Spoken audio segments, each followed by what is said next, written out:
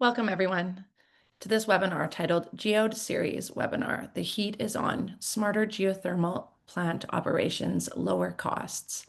The series is brought to you by the GEODE Consortium, which is led by Project Interspace and the Society of Petroleum Engineers and funded by the U.S. Department of Energy's Geothermal Technologies Office.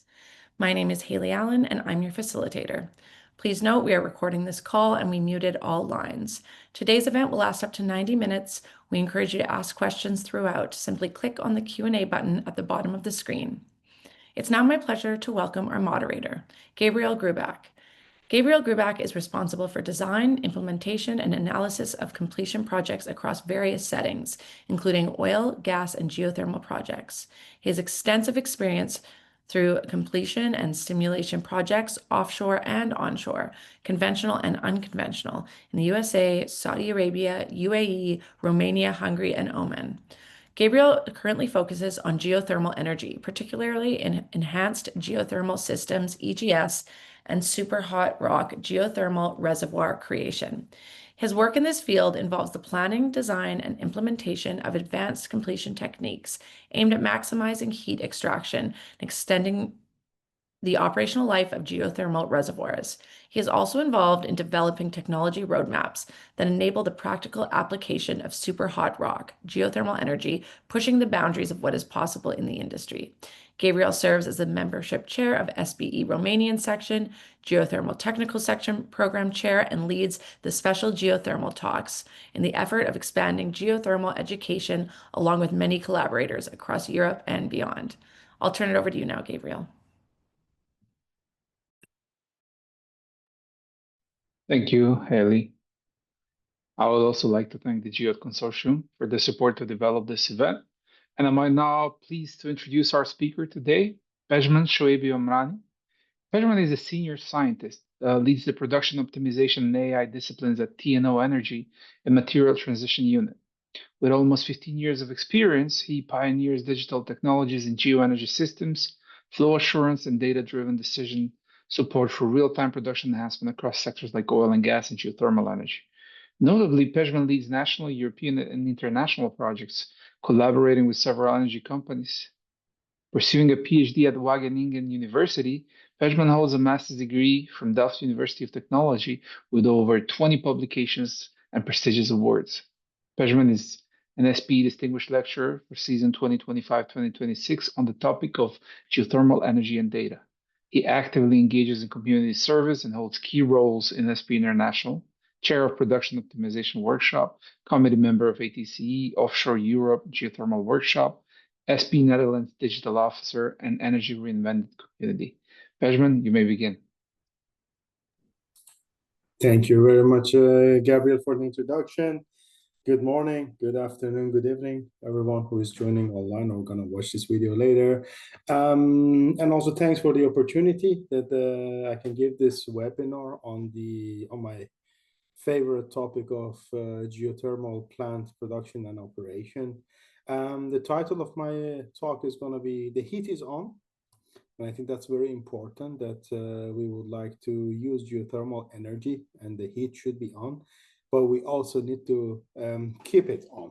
And if we cannot operate it smoothly, then that's certainly going to cost us, and then going to increase the levelized cost of the heat and energy that is produced from the geothermal system. So I hope in this webinar I can give you a little bit of a flavor on what sort of challenges can be there for operating geothermal plants and how we can be smarter about this to eventually lower the cost of the system. So in the introduction, as Gabby says, yeah, I'm based in the Netherlands, and of course in the Netherlands we have let's say geological conditions that is very well suited for the heating production and not necessarily for the electricity or the power production. And there also will be the main focus of my talk for today. So let's just have a little bit of an overview of the different type of the geothermal system. So this is a very nice overview from KWR showing the different type of the systems. Going from the left, very shallow systems, which are mainly for the borehole thermal energy storage or for ground source heat pump type of systems that are very well suited for, let's say, residential areas for a building, apartments, and several buildings. So the amount of energy that you can actually produce from a geothermal system in these shallow settings and then the configurations that are there are actually pretty, let's say, limited. And as we go further to the right side, then you start to see the larger scale thermal energy storage that you can actually use an aquifer to do thermal energy storage. Up to the point that we reach to the, let's say, the deep conventional geothermal systems, which this is actually under the what we call it the direct use or heating application of the geothermal plants. Going to the right side, then of course we have the naturally fractured system. So here we're talking about the high temperature, high enthalpy geothermal systems, very well suited for the power production. And say special geological conditions that actually enable producing high temperatures beyond, let's say, 200 degrees Celsius. And when we are, let's say, having also some, I'll call it some systems in between, which actually you would have the potential to produce the high energy, but actually the flow to the system needs to be improved. And that's what we call it an enhanced geothermal systems, that actually these fracture systems has to be enhanced and created in order to allow a high flow rate to the system. So this shows like a little bit of the what I'll call it the conventional geothermal systems. On the left, mainly on the direct use heating, and on the right on the power production. And one of the things that we see a lot is growing in the world is what's called the unconventional geothermal systems. So where we see a lot of developments with respect to the deeper borehole heat exchangers, closed loop systems, in order to actually simply is just like a very large radiator that you try to put kilometers underground, and with several laterals you try to actually make the most out of the thermal energy that is available on the subsurface. And these systems also, several companies are currently working on this. Is getting a lot of attraction, because the positive thing about this closed loop systems is actually you don't have to deal with a lot of geothermal fluid that is being produced from the reservoirs and from the aquifers. That also comes with a lot of challenges, and that will be the main topic of my presentation in the next slides. Talking a little bit about the geothermal energy and its application. So we see here the temperature scale, and I thought for the audience today it's also good to put it at the Fahrenheit scale. And we see that the water dominated systems and the steam dominated system, and what sort of applications can actually be supplied at these temperature levels that we see in the geothermal system. So again, in the Netherlands, we have geological conditions that in the deep systems we could reach temperatures in the order of 100, 105 degrees, so around 210 Fahrenheit. And these sort of systems are very good for greenhouses. That's actually where the whole geothermal has started in the Netherlands, but also for space heating, for space cooling, and for some of the, let's say, industrial application that would require lower grade heat and temperature. And then going to the higher temperature, so the steam systems, or the, let's say, the hot brine systems, where you can actually supply heat and power to some industrial application, or you really use it as a kind of, let's say, an electricity production site. So you can see that there are quite a lot of applications at the different temperature levels, and it's not purely about the power production. The geothermal heating can also have quite a lot of applications, not only in the built environment, but also in the horticulture sector and also in the industry. And this is a very nice overview that was reported by the International Energy Agency, that shows the share of the alternative energy carriers that, or let's say the energy production systems, and then what will be the share of them. So we can see that, of course, the modern bioenergy was roughly close to 7% share. And with respect to geothermal, what IEA has shown is that this is, let's say, still less than 1% geothermal. So it is not significant, but it is growing at a good pace, and we hope that this growth will be much faster in the upcoming years. So zooming into the geothermal part, it's also interesting to see that again the majority of the geothermal application is for the heating. So close to 80% of this application goes for the heating and around 20% for the electricity production. So again, heating is as important as electricity production for the geothermal applications. So what is really, I think, a important point with respect to the geothermal source is really the capacity factor of the geothermal. So how we define a capacity factor?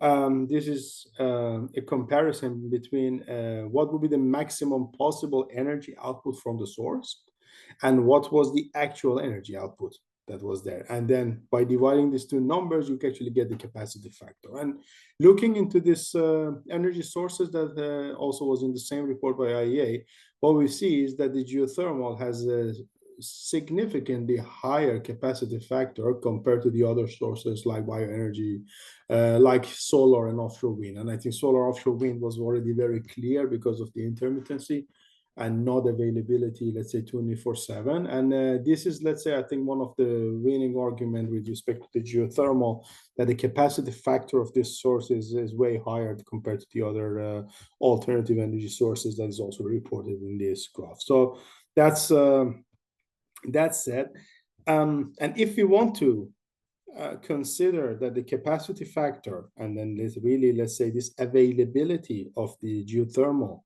source as a kind of a baseload heating or baseload power for the system is very important, then we need to also keep it like that. So we if we design the system to have an uptime of, let's say, more than 80% or 90%, and if there will be quite a lot of challenges in operating that plant with a lot of unplanned downtime and shut-ins, then you can already see that the winning argument of the geothermal will get lower and lower. So this is the reason, I mean, and I would emphasize this several times during the presentation, that geothermal, and especially the cost of the geothermal, will not be about only finding a right place and reducing the drilling cost, but the operation is also very, very important to ensure that you have lower operational costs and also having keeping your, let's say, high capacity factor as well.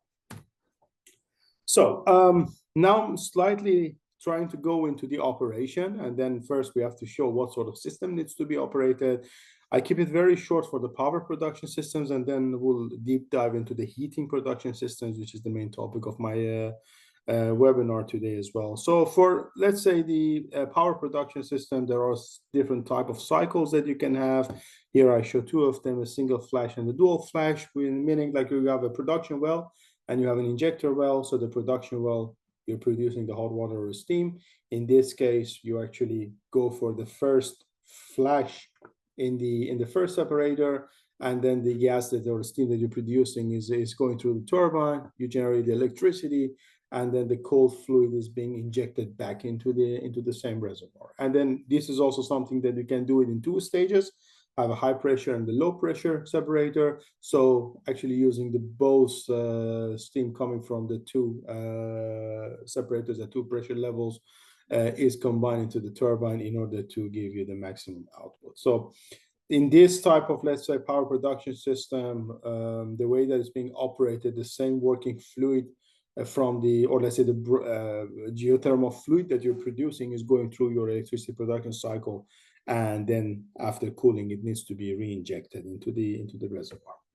And to give a little bit of a more flexibility to the different temperature levels, also the other type of the geothermal system for power production is this binary flash, which in this case your geothermal fluid is exchanging heat with another working fluid. And that is something which is tunable, so more or less based on your temperature levels and then the enthalpy level, you can tune or select the right working fluid for your, let's say, binary flash for your OR cycle. And then that, let's say, working fluid will go through the same process of, let's say, generating the electricity in the turbine. And well, again, then you have your cooling cycles as well. So these are the different, let's say, equipments and components that are being used in the high enthalpy, high temperature geothermal system to produce power. When we go to the low enthalpy system, so this is for direct use heating applications, then you need completely different sets of equipment, and I should say maybe simpler equipments, because the main thing that you have here, you also have a, let's say, a pair of a producer and injector. So you produce the hot water from the reservoir, and then this water goes to the surface where you can filter it. You can, if there are some produced gas, you can actually also here degas it or separate it, and then the hot fluid will be exchanging heat in a heat exchanger. And then the colder fluid, you can still again have another filters to take out the materials or filter the materials that might be, let's say, coming out of the solution due to the lower temperature that you have now, and then re-inject it back into the same reservoir via the injector well. So here, as shown, I mean, but we don't have that much of the, let's say, the equipments that I've shown in the previous slide for the power production. I mean, the coolers, the turbines, generators, those things, they don't exist. Simply, I mean, it's a heat exchanger, and you need the drive in order to push the fluid from the producer to the system, and then being able to re-inject it back into the same reservoir. And for that pump, well, there is also one of the very common systems that are currently being used is an electrical submersible pump. So it's a submerged pump in the production well that is being used in order to produce the fluid to the surface. So this is the type of equipment that is being used and needs to be operated by a geothermal operator. And I show you here also some specifics number, because this is mainly just to give you a little bit of a feeling of what sort of depth, geothermal gradient, temperatures, flow rates we're talking about when we're talking about the geothermal in the Netherlands. So I'm talking mainly about the deeper systems, and in the Netherlands, the deep system means deeper than 500 meters, so also in feet. And the geothermal gradient is quite moderate. So for every kilometer that you're drilling, the temperature increases between 30 to 35 degrees. So at the depth of 2.5 kilometers, you're expecting a temperature between like 80, 85 degrees Celsius in the system. So a moderate temperature, but very good in order to be connected to a greenhouse or into a, let's say, a heat network in a city. The flow rates are pretty high, and that's mainly because to kind of make the business tangible for the geothermal system, then you need to go for the higher flow rates. And there is also an important point here that in the direct use application, you need to make sure that you can produce as much as what you would need in, for instance, in most of the winter time. But in the summertime, because there is not much demand for the heat, then these production rates are reduced significantly. And that's also one of the main challenges of operating this type of systems. So we already talked about the production temperatures, and this geothermal brine are often a, let's say, a soup of a lot of ions and, let's say, different type of minerals that at a certain point can also precipitate throughout the system. And I would also extensively talk about that also in my presentation. And this shows a little bit, let's say, the depth, salinity correlation in the again, I chose the data from the Netherlands. All the references are also here and also at the end of my presentation. So if you want to go through it in more details, feel free to do so. But looking again a little bit into the area of the most of the deep geothermal systems, the deep duplet systems, we can go from the 500 meter, but I'll for now just highlighted this part that we have. You can see that there is quite a variation in the salinity of this brine, but most of the geothermal duplets are actually producing in this range, which contains quite a high salinity, so as high as 300,000 milligrams per liter. So it's quite a high saline water with a lot of different ions, and that's actually one of the main reason of the headaches for operating this sort of system. So let's look a little bit into what's going to happen when we're producing the fluid. So as said, we have this pair of the producer and injector, and we have the geothermal fluid that's being produced. So what's happening for the fluid that's being produced from the reservoir to the surface? Of course, one of the things is that the pressure is starting to reduce because you're producing from a higher pressure in the reservoir to low pressure to the surface. And there is also a slight temperature change. And then this pressure difference, what it can do as a result of the decrease in the pressure when it comes to the surface, the fluid, you can have degassing. And the degassing is also one of the source of potential operational challenges that geothermal operators can face. And after that, you have this hot fluid that goes through an heat exchanger. There is, of course, further degassing, but there is also a large temperature change here because it exchanged the heat with the fluid on the other side that goes into the greenhouse or maybe to the district heating. So again, you have also a temperature decrease here.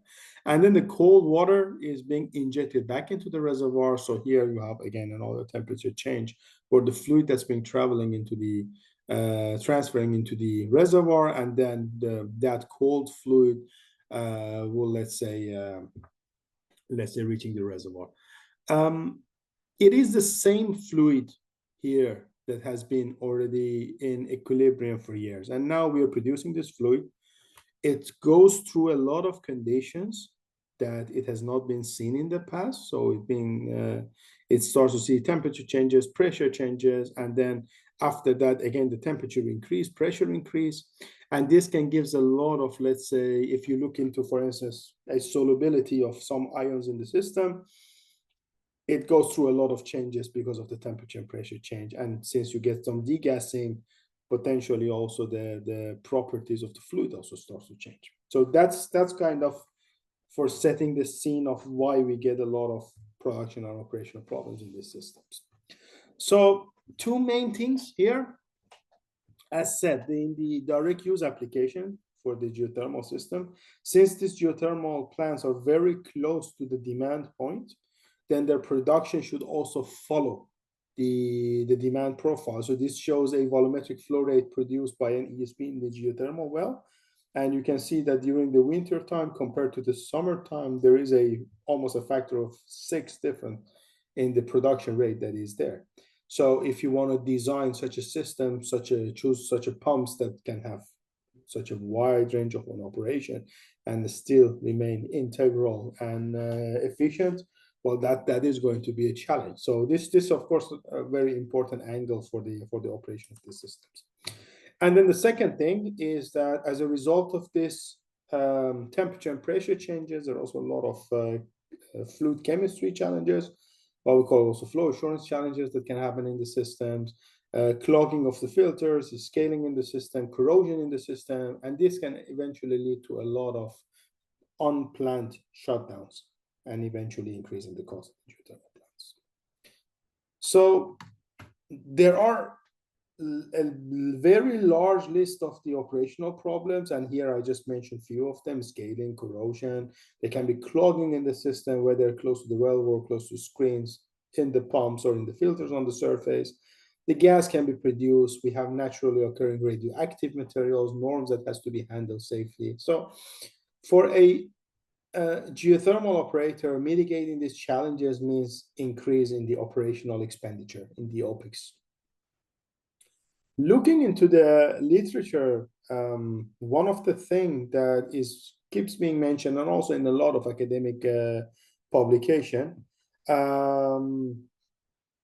they often take operational expenditure a percentage of the capital expenditure. So this is the capital expenditure to realize the system, and they say, well, for the operational expenditure for the OPEX, we expect between 2 to 5% per year. And often it is more on the 2 to 3% instead of 4 to 5%, right? So since we've seen also calculations with 5% per year, I also mentioned it here, but in most of the work, they take 2 to 3% of the CapEx to calculate the yearly OPEX.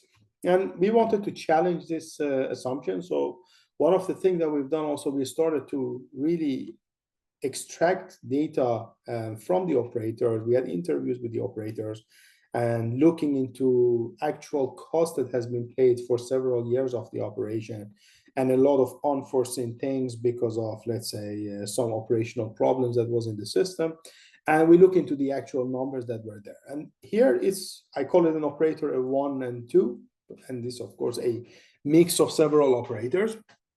And what we found in reality that actually the OPEX on average can go as high as 8 to even 10% of the CAPEX. So we were talking between 2 to 3, maximum 5%, and now we see in reality that the operational expenditure can go 8 to 10% of the CAPEX. This is, of course, a very large difference. And on the other hand, we also had some operators that had a much lower OPEX. So we had an operator also up to 3% OPEX per year. And when we looked a little bit closer, and because of confidentiality, I cannot show the actual number, but just looking into the trends, that this is the case for operator 1 for the CAPEX. So these are, let's say, these are the actual number that has been paid for the CAPEX, and this is for the operator 2. So operator 2 decided to go for much more expensive system with better materials for the wells, better materials for the surface, so very well designed, robust design, and then as a result of it, the overall cost of realization of the system was higher. And in practice, they end up with much lower operational expenditure, 3% of that. And of course, CAPEX is higher, so maybe 3% of that would also become higher. But in reality, what you see is that the yearly cost that they were paying compared to the operator 1 was lower. So this was also an interesting angle that sometimes saving on CAPEX might not be a very good strategy, because in reality, you're going to have operational expenditure for 30 to 40, even 50 years of your plant lifetime. And you don't want to actually keep accumulate on the OPEX, and then eventually your OPEX becomes very high. You know, in 10% is almost in 10 years, you have operational cost equal to your capital expenditure, and that's of course not a very healthy business case. This is a little bit more detailed on the levelized cost of heat that can be produced from the geothermal plants. And what you see in this graph is the different variable operational costs and the fixed operational costs. So these are the fixed values that often is being taken as a percentage of the CAPEX, and then the variable operational costs for the consumables and the let's say the power consumption. And the two graphs are showing the geothermal plant that has a different running hours. So geothermal plant that has only 4,000 running hours per year, and the other one that has a maximum of like 8,000 hours per year. And they're, well, of course, very clear. Yes, everyone knows about this, but looking into the levelized cost of heat, in this case, in terms of euros per megawatt hours, you can see that the running hour of the plant has a significant impact on the levelized cost of heat. So here there's almost a factor of 2 difference, because the plant is running just half of the time that you see on the right side. So this, of course, very clear. Everybody knows there is no need to visualize it, but sometimes it gives a bit of a feeling that if you get the lower operational hours for the system because of a lot of unplanned shutdowns, then eventually the levelized cost of heat is going to further increase. And then in another analysis, then we also look a little bit into the impact of the equipment lifetime. So we take an electrical submersible pump as one of the factor, and then what if it runs for 5 years, or if it runs for 2 years, for the plants that both of them have the same running hours. And here also, again, you see that there is an impact, not as big as the running hours, but certainly there is an impact on the levelized cost of heat. So the integrity and the integrity of the equipment and their efficient operation has also a very important impact on the overall costs. So, talking about the operational problems, this is a list, and I won't be able in a short time to talk about all of them, but I would give you a bit of a flavor of the different type of the problems that are out there: scaling, corrosion, norm handling, and for each of them, there are also some examples and picture to further explain this. So let's just start with the scaling, because this is also one of the very common problems that can happen in the geothermal systems, whether it's low enthalpy or high enthalpy.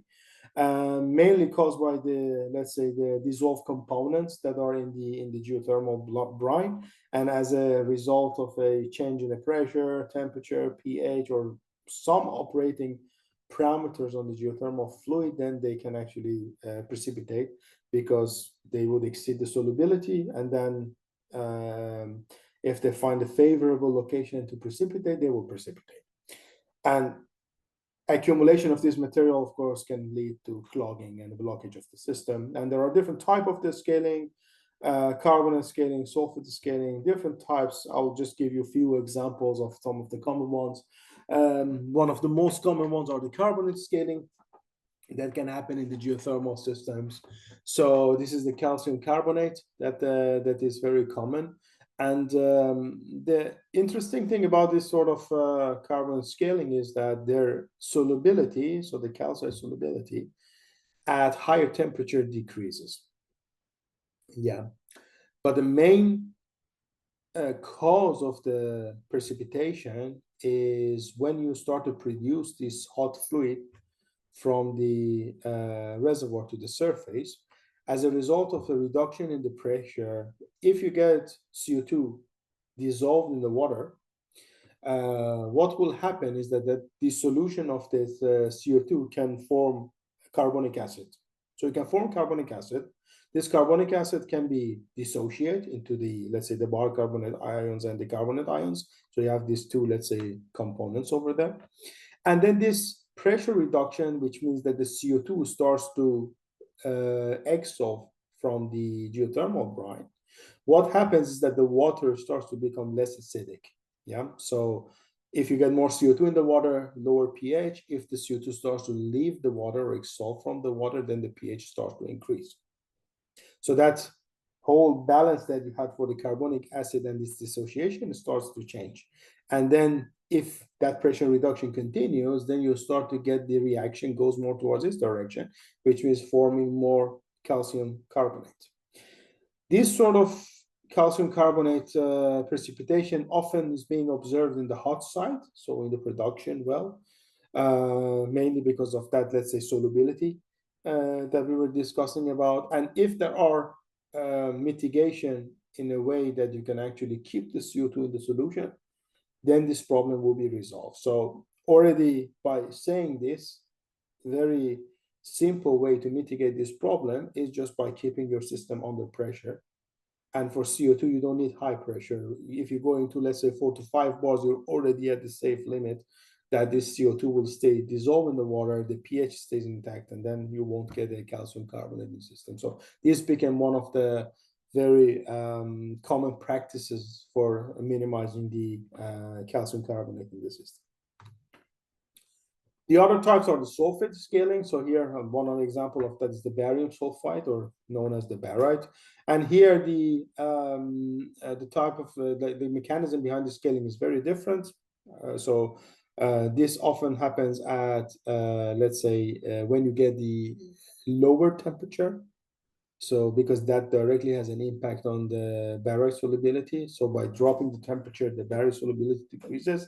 And that already is an indication that this sort of scaling would happen, for instance, on the cold side. So in the heat exchanger, on downstream of the heat exchanger, there is a higher chance that barium sulfide starts to precipitate.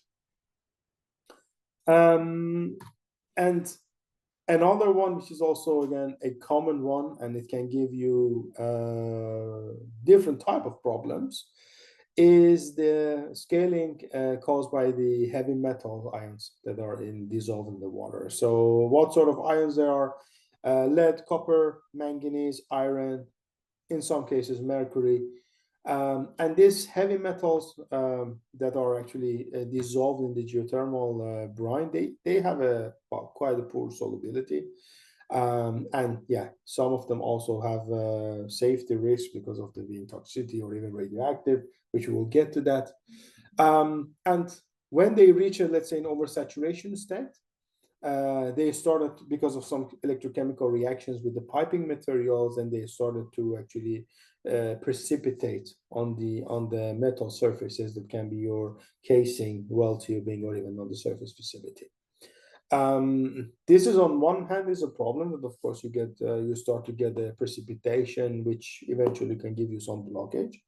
But another problem that can also be caused by this is that these heavy metals, when they are sticking to the wall, then you start to get two dissimilar metals intact with each other, in contact with each other. And then this can potentially give corrosion to the system because you don't like to have two different metals touching each other. So the problems that can be caused by this heavy metal scaling is just not precipitation and blockage of the system, but it could also lead to the corrosion. And again, as said, depending on the type of the heavy metals, you can also get into some radioactive problems. There are a lot of different possibilities to mitigate these problems. This is a summary of that.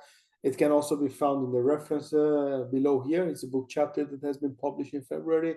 So a lot of details can be found there. And I think for the time being, I'm not going to go through them one by one. But knowing that, of course, for each of this type of the scaling, there are some solutions. And for some of them, there are solutions in development. One of the type of scaling that I didn't talk about it is for the silica scaling, very common, especially in the high enthalpy production systems with very complex nucleation process and polymerization process, and almost can be observed anywhere. So since I talked more about the low enthalpy, I didn't go into the details of the silica scaling, but well, know that this is also a very tricky scale to deal with. Then we talk about the corrosion. Corrosion also one of the what I would call the classical problem in the geothermal systems. You have hot water, you have high salinity in there, you have CO2 dissolved, so what? We have all the components required in order to give corrosion to the system. Corrosion in geothermal plants also has been observed in different locations, so it's not only location specific. And the main reason for that is that if I show you the different mechanisms of the corrosion and some of the common ones, of course, we have more than this, but some of the common ones that I put over here, uniform corrosion, then you have the pitting corrosion caused by, let's say, the often if you have a protective layer or if there is, let's say, a kind of a dent in the system, then that can actually start to corrode. And a special type of that is the crevice corrosion. Then we have the galvanic corrosions, which can be as a result of two dissimilar metals touching each other. And one specific type of that is these heavy metal ions that can precipitate. So this lead that we just had in the previous slide, that can also give a galvanic corrosion, and then the CO2 corrosion. I didn't talk about oxygen corrosion. In a lot of geothermal plants, this oxygen content is not very high unless you start to open up the system. Then, of course, you start to get an oxygen ingress, and that can have an impact. It doesn't mean that oxygen corrosion doesn't exist. I mean, also in practice, I've seen a lot of fails, especially some of them at the later stage in the production when there's cooling, then the oxygen content starts to increase. So it's not that it's not there, but for now, I just picked a few of this example to show it to you. And then for this reason, you can already see why corrosion can happen anywhere, because the mechanisms behind this corrosion is very different. So it means that you can have different type of corrosion occurring at the different locations in your system. You can have a type of a corrosion in, for instance, in your production wells as a result of the, for instance, the CO2 corrosion, and then somewhere on the surface, there might be, let's say, a pitting corrosion. And if it happens, it starts to develop very fast. So corrosion management is a very critical thing for the geothermal plants to keep it really integral and safe. Without it, there can be a lot of challenges over there. And initially in the industry, of course, mainly for the first designs, if you look into it, there are quite a lot of carbon steels used for the casing and no production tubing. That is not a design that is nowadays happen. So now you have a much better design and not single barrier anymore, and with the production tubing. But you can already imagine having a carbon steel in contact with such a tricky fluid, a tricky condition can give a lot of corrosion problems. So Corrosion mitigation through inhibitors, proper operation of the system, and also proper monitoring of the corrosion is also very, very important for the operational cost of the geothermal plants. Very short on the norms on the natural occurring radioactive materials. This is, of course, not a new problem in geothermal, because, of course, also in oil and gas, this norm has been already observed, and norm per se, of course, is not a problem. It's more the content of the norm and how you would manage and handle it. That's the most important thing. And here you see some so as like a first one, I picked this radium barium ratio, and you can see where the geothermal water is. So the geothermal water for some cases that we had is around this line, which compared to the oil production, they have a oil production waters, they have much higher, let's say, barium content. If you look into the values, what you see is that the radium has, well, 5 to 6 orders of magnitude lower amount compared to barium. So radium sulfide in geothermal, well, very minimally, let's say, contribute to the scale formation. And of course, this is very different than the lead. So for the lead deposits, especially the lead-210, which has the radioactive, which is the radioactive isotope, when you start to get, let's say, accumulation and then precipitation of these materials, then the handling of this, let's say, norm has to be done with care. And then for that, there are regulations, and this is some regulations, of course, in the Netherlands. And in the end, it's all about the deposits that you have, what is the activity of these deposits, and that has been defined as the becquerels per gram. This is the unit, and this threshold has been reduced. It used to be 100 becquerels per gram, and now it has been reduced to 10 becquerels per gram. So what it means is that if, for instance, you look in some of the sandstone layers in the Netherlands and to the content of the, let's say, the becquerels per liter that you have in the brines, often in the filters that you get the precipitation or some, let's say, clogging, and then you want to exchange the filter, the residues can have an activity of 20 to 30 becquerels per gram. So already any filter exchange would require some additional cost to handle this, let's say, norm that has been deposited on this. And this is just an additional cost for the operators. They could exchange filters way faster, but then again, the cost of the number of filters and then the operation of the filter exchange will increase. So there is an optimum on when do we exchange filter, that the trade-off between lifetime of the filter and then the costs that are associated with the let's say, storage of these filters would give the optimum cost for the operational cost. Non-condensable gases, I think all around the world, we have gases being produced by the geothermal. We have the CO2.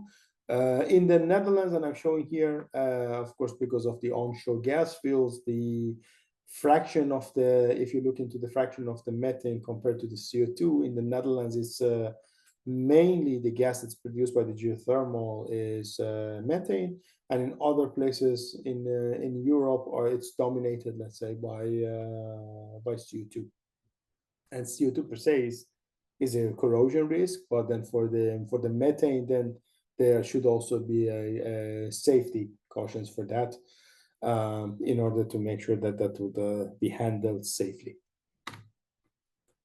Some other production challenges, and as I said, I can talk for hours about this, but we have also some sand and fine production problems, especially in shallower geothermal systems and shallower that we drill and produce because of the formation on consolidation.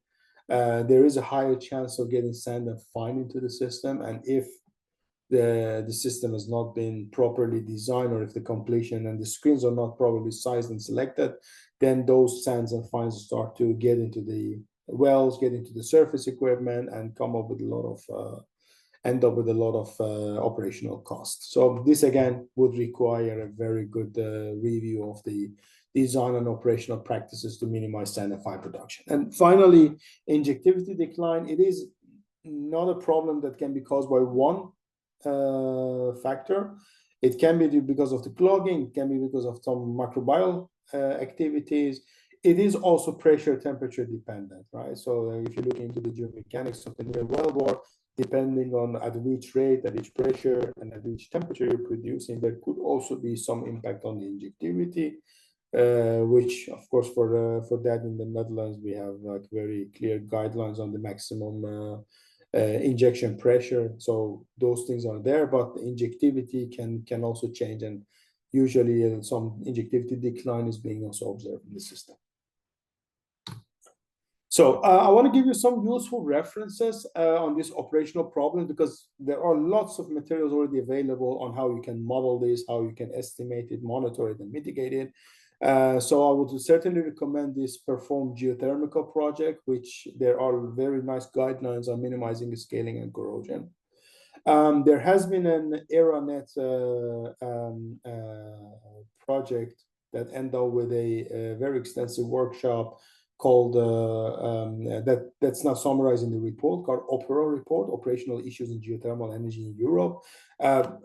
For those who really want to go into this topic and understand it, this is really a, let's say a reference, let's say a report to learn about all sort of issues and the problems there. And if you want to deep dive into what is the type of, let's say, geothermal fluid that can happen and what sort of concentration we're talking, this atlas, fluid atlas that has been developed in a European project called Reflect is also a very interesting and a good reference to go through it and read it.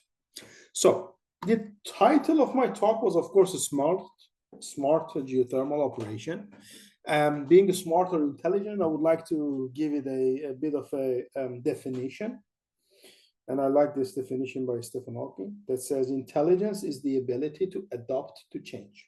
So if you want to have a smart or intelligent operation, I think that's, in my humble opinion, is a very important thing that we need to see how we can adapt the operation of the system to the changes that can happen.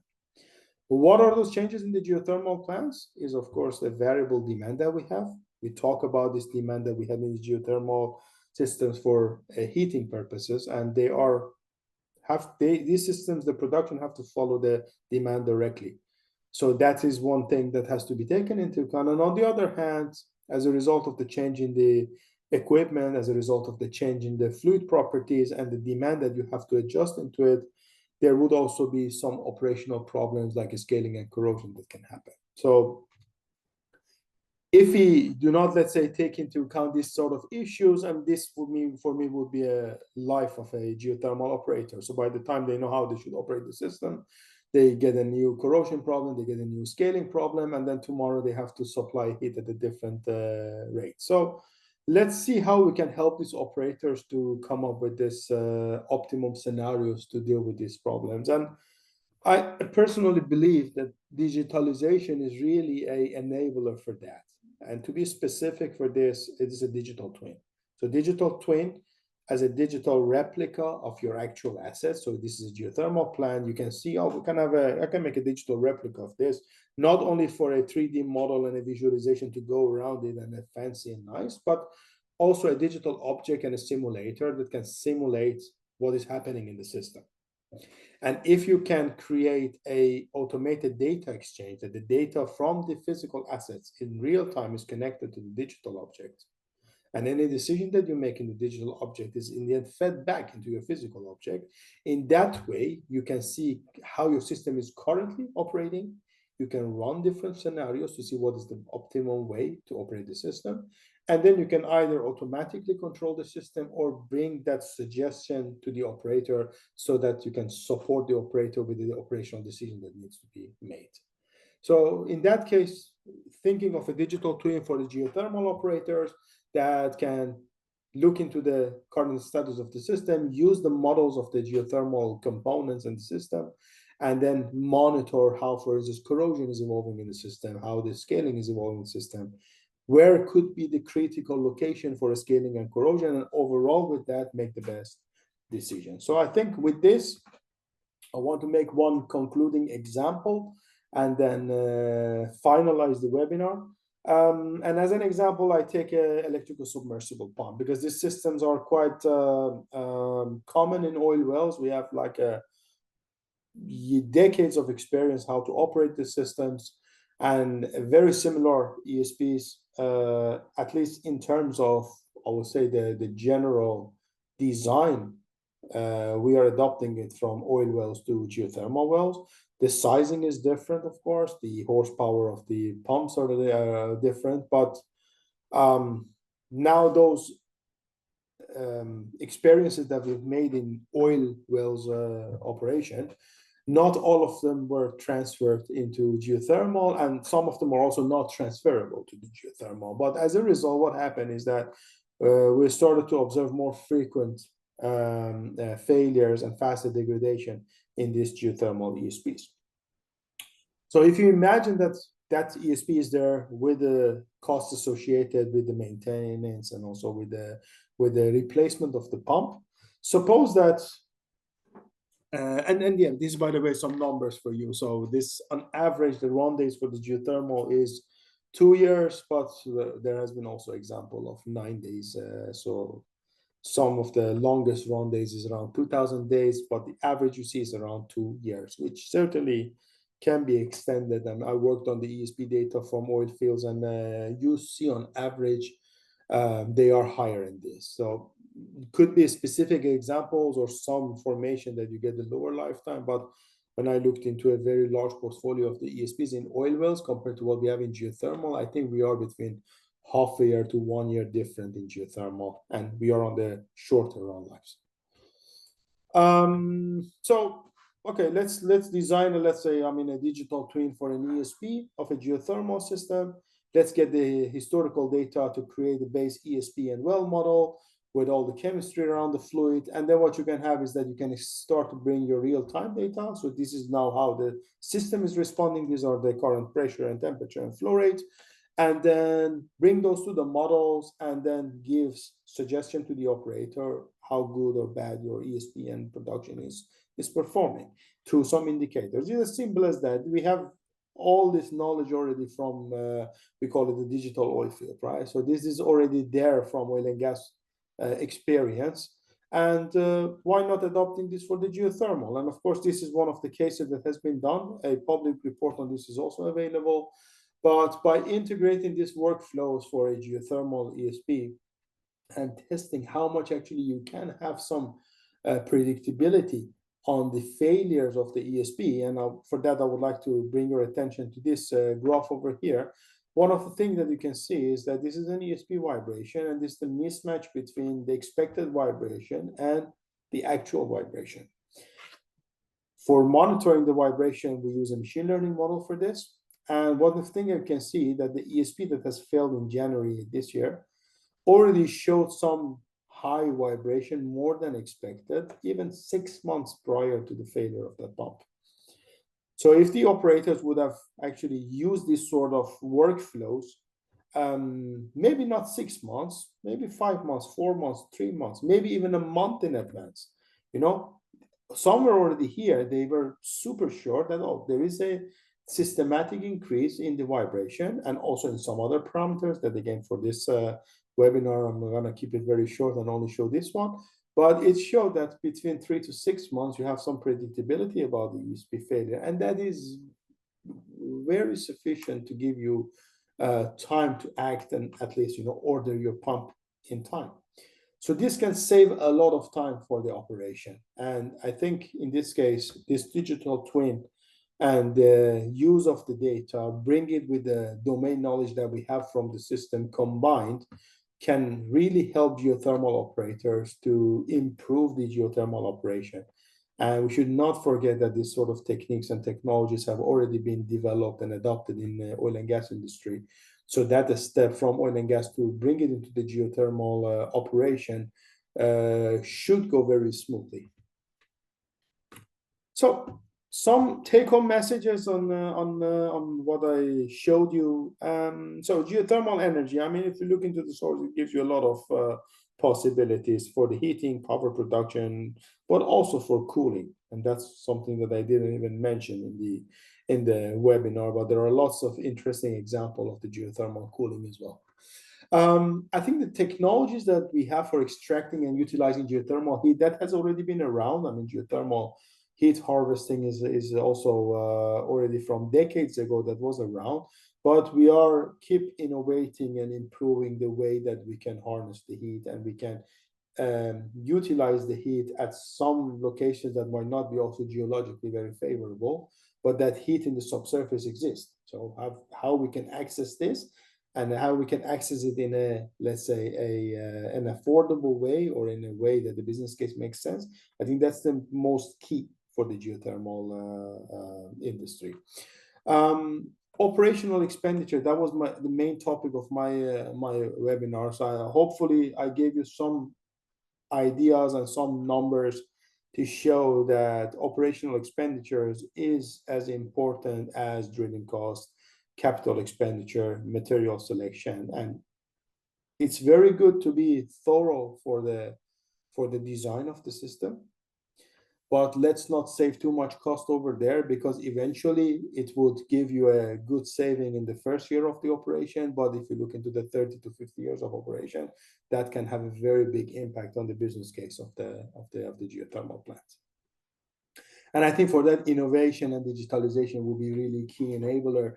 We see this geothermal operational problems, multidimensional. So you try to minimize the scaling, you can get corrosion. You might get a scaling that leads to the corrosion, and all these problems would require an assistant to help the operators to come up with the best strategy.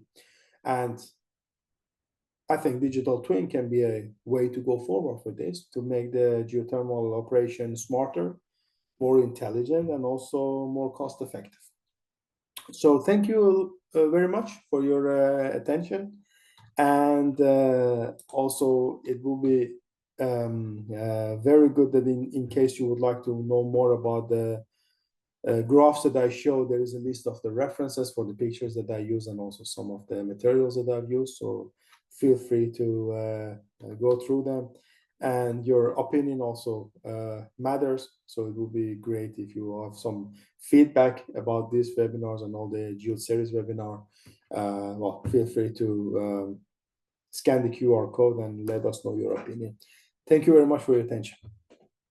Thank you very much, Pejman, for that detailed, insightful presentation.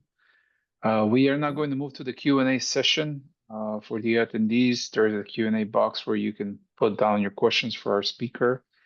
As we're in the process of anyone having a question, I do have some from my end, Pejman, and you've covered a lot of the perspectives and aspects, on how these geothermal power plants could look like with all the challenges that come with scaling and corrosion, injectivity issues, etc. So there's planned and unplanned maintenance, right? And so what I'm wondering is, when you show the digital twin, what's your experience in real life application of some predictive models, right, that are working on predicting these kind of challenges, giving you let's say a warning in time so that you can take action and be able to plan for it in terms of the infrastructure and the energy that you're outputting from that geothermal plant, essentially not being caught by surprise. So what are your thoughts on that, on the predictive side of things, and actually, geothermal operators using that approach? Oh, yeah, that's a very good question. And I think also I would like to, for this question, not only limited to the geothermal operation, but also take into account the oil and gas operation. Yeah. Because with respect to the workflow that you would incorporate within the digital twin to have some predictability and automation in detection of some of these abnormal events, I think that we share a lot of similar, let's say, cases and workflows in all these oil, gas, and geothermal plants. Yes, in practice, the ones who are using these workflows, and using is very different than piloting. We see a lot of pilots bottom up, coming often from some enthusiastic engineers or data scientists to develop these tools. The tools are being developed, piloted, and then it kind of disconnects there because a lot of wishes from the operators are not incorporated by the engineers. So in that way, the tool is developed, but the operator doesn't know how to actually use the tool. So the tool is, in a very short time, is obsolete.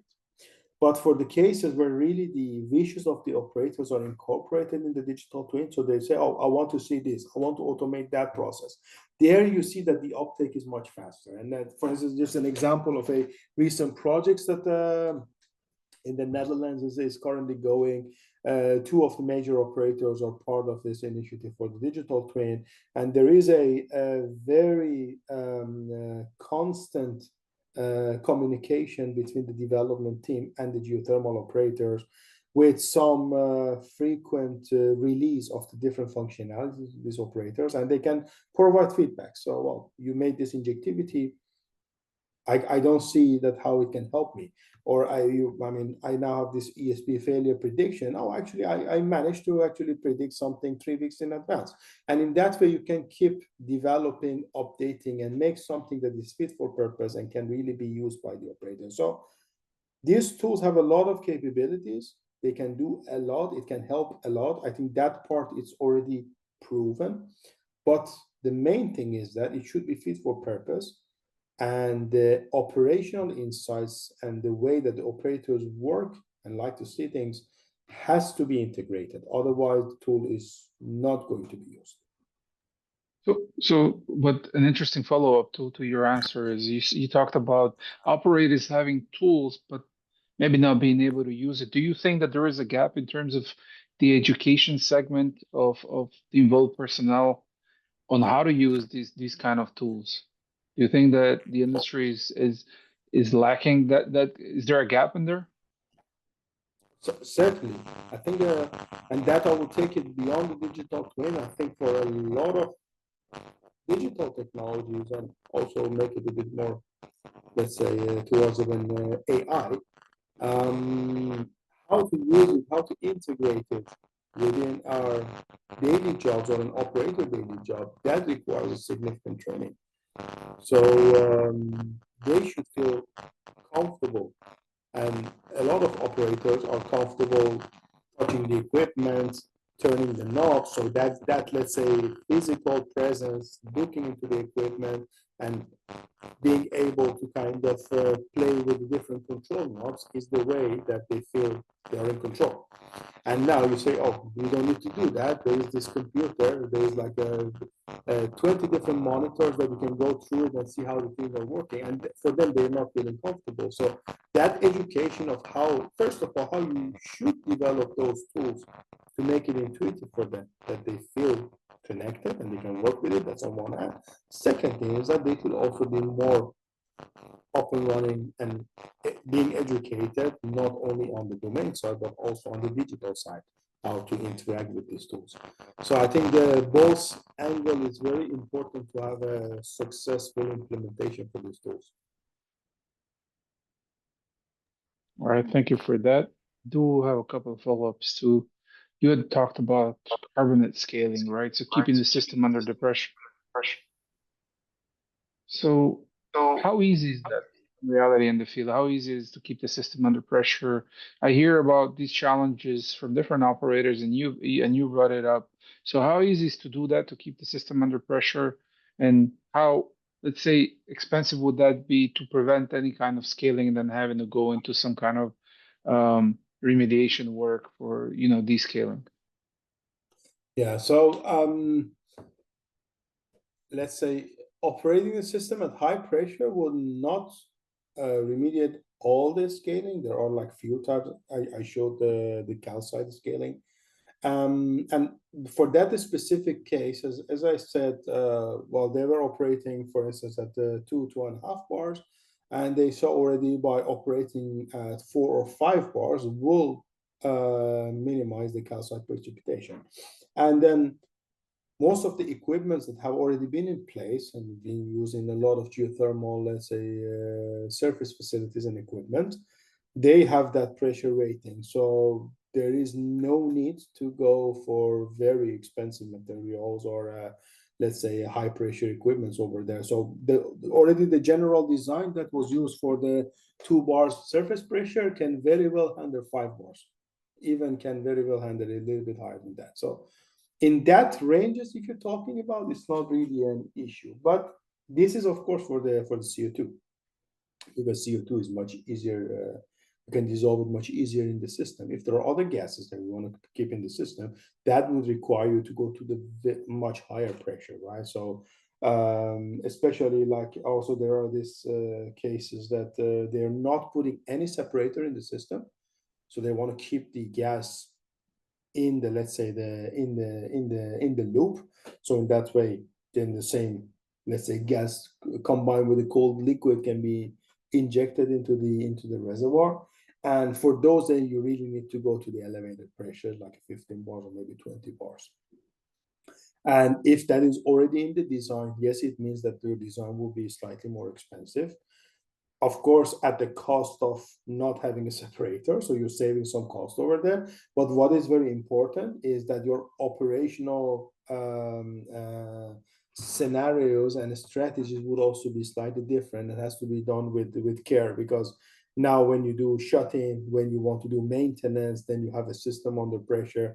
If you release everything, then of course restarting it becomes very difficult, or you would allow for a lot of gas increase. So you have to be taking into account that then the operational workflows and the schemes becomes slightly more complex, but it has been done. So it's not a mission impossible. It can be done. Understood.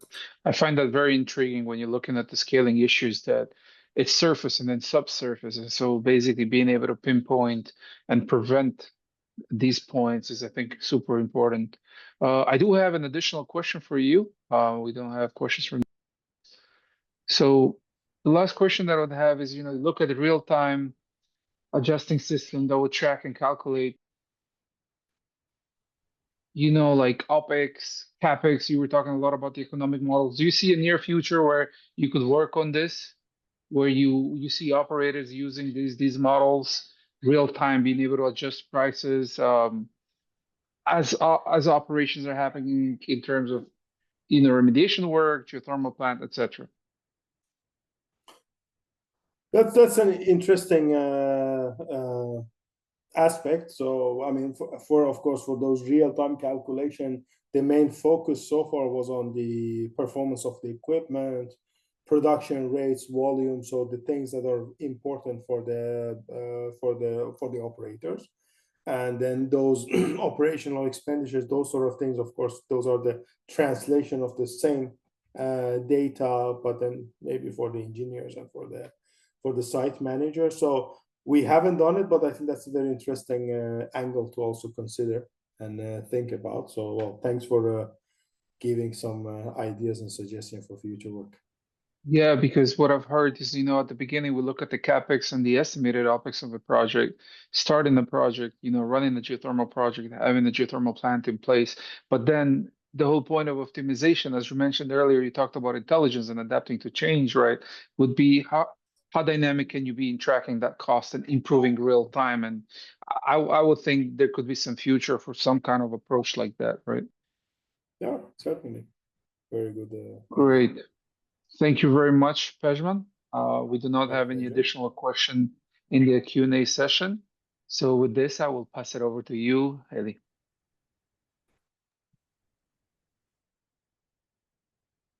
Thank you for attending today's webinar and for all of your participation.